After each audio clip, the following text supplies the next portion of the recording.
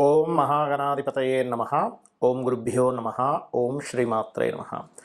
పరమేశ్వర స్వరూపమైనటువంటి జ్యోతిష, వాస్తు మరియు ఇతర అనేకమైనటువంటి శాస్త్రములను మనకు అందించినటువంటి మహర్షులకి నమస్కారం. హయగ్రీవ హయగ్రీవ హయగ్రీవేతి యో వదేత్తస్య నిస్సరతే వాణీ జహ్నుకన్యా ప్రవాహవత్.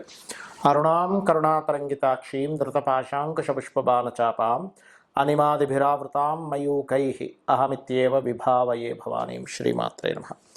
ప్రేక్షకులకి ఆ లలితాంబిక అమ్మవారి యొక్క అనుగ్రహం పరిపూర్ణంగా కలగాలని స్ఫూర్తి కోరుకుంటూ మనం ఈరోజు చెప్పుకోబోయేటువంటి టాపిక్ ఏమిటి అంటే, ఇవాళ రేపు మనం చూస్తున్నట్లయితే వివాహాలు చేస్తున్నారు కానీ వాళ్ళకి కొద్ది రోజుల్లోనే విడిపోవడం జరుగుతుంది. దానికి మేము జాతకాలు చూపించామంటూ ఉంటారు. కానీ ఇక్కడ జరుగుతున్నటువంటి తప్పిదము ఏమిటి అంటే 36 పాయింట్లకి 18 పాయింట్లు కలిసేయా అంటే చేసేస్తున్నారు.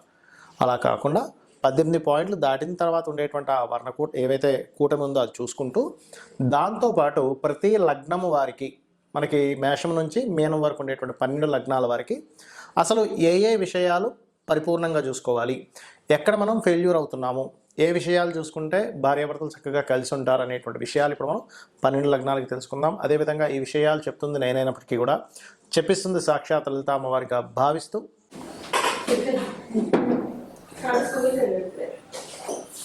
ధనుర్లగ్నము, ధనస్సు లగ్నం వారికి అన్ని లగ్నాలకు ఎత్తైతే ధనస్సు లగ్నం వారు పర్టికులర్గా శుక్రమహర్దశ కనుక ఉన్నట్లయితే వివాహం విషయంలో ఖచ్చితంగా జాగ్రత్తలు ఎక్కువ తీసుకోవాలి. లగ్నానికి ఆధిపత్య పాపులు అంటారు. సహజంగానే ధనుర్లగ్నం గురువర్గ లగ్నం అయినందుకు శుక్రుడు 6వ అధిపతి 11వ అధిపతి అవుతాడు. ఈ 6, 11 ఆధిపత్యం వచ్చినటువంటి శుక్రుడు యొక్క మహాదశ నడుస్తున్నా, లేదా శుక్ర రాశుల్లో ప్రధానంగా వృషభ రాశిలో గ్రహాలు ఉన్నటువంటి మహాదశలు వస్తున్నా, లేదా శుక్రుడితో కలిసినటువంటి మహాదశలు వచ్చినా, ఆ మహాదశలు నడిచేటప్పుడు పర్టికులర్గా ధనుర్లగ్నం వారు వివాహ జీవితం విషయంలో జాగ్రత్తగా ఉండాలి. లేనట్లయితే ఎడబాటు, వాళ్ళ టైం బాగుందనుకోండి, సమ్ టైమ్స్ ఏమవుతుందంటే మొత్తం విడిపోరు. ఈ అమ్మాయి ఒక దగ్గర, అబ్బాయి ఒక దగ్గర ఉండడం, వివాహం చేసుకున్న తర్వాత ఉద్యోగం కోసం దూరం కాబట్టి ఇట్లా అవుతూ ఉంటుంది. వాళ్ళకి పూర్తిగా 7th లార్డ్ పాడైపోయాడు, 9th లార్డ్ ఫలితాలు జరుగుతున్నాయి, శుక్రుడు 6లోనో 11లోనో ఉన్నాడు, అప్పుడు ఖచ్చితంగా వాళ్ళు దూరం అవ్వడం జరుగుతుంటుంది. అయితే ఇక్కడ మీరు ధనుర్లగ్నం వాళ్ళు కనుక వివాహ సంబంధించిన విషయంలో తీసుకోవాల్సిన ముఖ్యమైన జాగ్రత్తలు, లగ్న సప్తమాలు అంటే గురువు బుధుడు. ఇక్కడ 2 రకాల విషయాలు జరుగుతాయి ధనుర్లగ్నానికి. సహజంగానే డియోల్ కారకుడు అయ్యాడు ధనుర్లగ్నానికి, సప్తమాధిపతి బాధకుడు అయ్యాడు. సర్వసాధారణంగా ధనుర్లగ్నం వారికి ఉండే లక్షణాలు కూడా కొంత గురుత్వ లక్షణాలు ఎక్కువగా ఉంటాయి. గురుత్వ సంబంధించినటువంటి ఇవి గైడింగ్ నేచర్ కానీ, టీచింగ్ కానీ, ఇట్లాంటివన్నీ కూడా. అయితే ఇక్కడ సప్తమ స్థానాధిపతి కనుక పాడైతే వీళ్ళకి జీవిత భాగస్వామితో సరైన కమ్యూనికేషన్స్ ఉండవు, గుర్తుపెట్టుకోండి. పర్టికులర్గా కమ్యూనికేషన్స్ మాత్రమే. అలా కాకుండా 12వ స్థానాధిపతి కూడా పాడయ్యాడు అనుకోండి, ఉదాహరణకి ఆఫ్టర్ మ్యారేజ్ తర్వాత కుజుడు పాడైతే బెడ్ కంఫర్ట్స్ అనేటివి తగ్గడము, ఆఫ్టర్ మ్యారేజ్ తర్వాత అనవసరమైన గొడవలు రావడం ఎక్కువగా జరుగుతూ ఉంటుంది. అంటే పోలీస్ స్టేషన్స్ వరకు కూడా వెళ్ళడం జరుగుతుంటుంది కుజుడు కనుక పాడైతే. అయితే ఇక్కడ కుటుంబాధిపతి శని అవుతాడు వీళ్ళకి, ద్వితీయ తృతీయాధిపతి.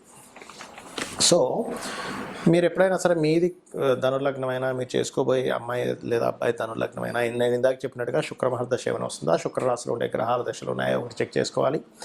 కుటుంబ స్థానాధిపతి ఎలా ఉన్నాడో చెక్ చేసుకోవాలి. లేనట్లయితే ఏమవుతుందంటే, కుటుంబ స్థానాధిపతి పాడైతే అమ్మాయి కావచ్చు, అబ్బాయి కావచ్చు, వివాహం చేసుకున్న తర్వాత అంటే ధనుర్లగ్నం వారికి ఇప్పుడు చూడండి, కొంతమందికి ఆడబడుచుతో గొడవలు ఉన్నాయి అంటూ ఉంటారు చూసారా. అట్లాగా ఆడబడుచుతో కానీ, సిబ్లింగ్స్ వరుస వాళ్ళతో కానీ ఆఫ్టర్ మ్యారేజ్ తర్వాత గొడవలు రావడం ఎక్కువగా జరుగుతూ ఉంటుంది. అది ప్రధానంగా మీరు తీసుకోవాల్సినటువంటి ముఖ్యమైనటువంటి అంశం. అయితే ధనుర్లగ్నానికి ఇక్కడ పంచమ వ్యయాధిపతి కుజుడవుతాడు. ఎప్పుడైతే పంచమాధిపతి వ్యయాధిపతి కుజుడవుతాడో, ఇక్కడ ఈ సంతానం కలిగిన తర్వాత ఈ కుజుడు బాగున్నాడు అనుకోండి, ఆఫ్టర్ మ్యారేజ్ సంతానం తర్వాత వీళ్ళకి విదేశీ యోగం కలగడం, మరియు సంతానం కలిగిన తర్వాత ఏదైనా కోర్టు కేసెస్లో గొడవల్లో తండ్రి యొక్క ఆస్తి ఉంటే రావడం కూడా జరుగుతూ ఉంటుంది. సమ్ కేసెస్, అందరికీ నేను చెప్పట్లేదు, ఎందుకంటే ఇక్కడ 12వ అధిపతి బలంగా ఉండాలి, తండ్రికి ఆస్తి ఉండే యోగం బలంగా ఉండాలి, ఇవన్నీ చూసుకోవాలి.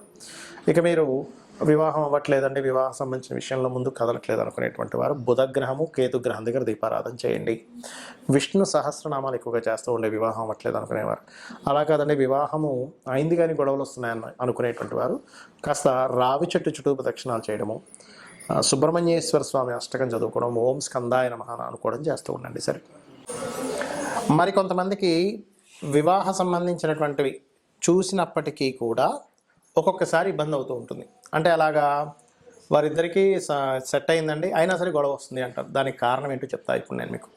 వాళ్ళ పర్సనల్ చార్ట్లో ఎవరైతే వివాహం చేసుకోబోతారో మీరు అవతల వాళ్ళది కానీ మీది కానీ పర్సనల్ చార్ట్లో పర్టికులర్గా వివాహ సమయం కాదు, అంటే వివాహం చేసుకోకూడని సమయంలో వివాహం చేసుకుంటున్నారు, గుర్తుపెట్టుకోండి. అది ఎట్లా తెలుసుకోవాలి? పురుషులైతే మీ శుక్రుడికి గోచారంలో శుభగ్రహాలు కాకుండా పాపగ్రహ సంబంధాలు వచ్చాయి అంటే అప్పుడు దాని అర్థం ఏంటి? ఆ గోచారంలో పాపగ్రహం ఉన్నంతసేపు శుక్రుడి మీద లేదా సప్తమ స్థానాధిపతి మీద సప్తమం మీద పాపగ్రహాలు ఉన్నప్పుడు ఆ టైంలో చేసుకోకూడదు, చేసుకుంటే దాని ఫలితం వస్తుంది. అలాగే స్త్రీలకైతే కుజుడి మీద పాపగ్రహ సంబంధం రాకూడదు, కుజుడికి కేంద్ర కోణాల్లోని ముఖ్యంగా కోణాల్లోని.